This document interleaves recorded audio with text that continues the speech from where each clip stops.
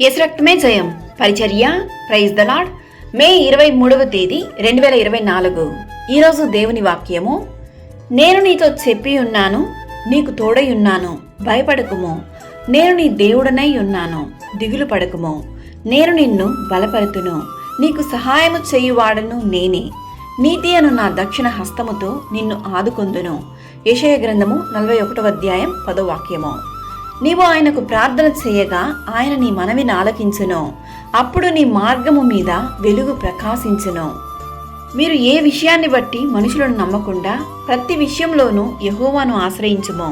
ఈ వాక్యం వింటున్న ప్రియ సహోదరి సహోదరులారా, నీ సమస్య ఏదైనప్పటికీ దిగులు చెందకు. నీ దుఃఖాన్ని సంతోషంగా మార్చే దేవుడు నీకు తోడుగా ఉన్నాడు. ఇశ్రాయేలును కాపాడువాడు కునుకడు, నిద్రపోడు.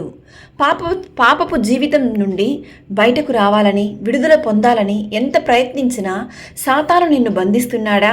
యేసు నామమును బట్టి ప్రార్థించుము. ఈ దినమే దేవుడు నిన్ను గొప్ప విడుదల నీకు దయచేయను. నీకెప్పుడు బాధ కలిగినా మోకాళ్ళుని ప్రార్థించుము, పరిశుద్ధ గ్రంథాన్ని ధ్యానించుము. వాక్యం ద్వారా దేవుడు నీతో మాట్లాడతాడు.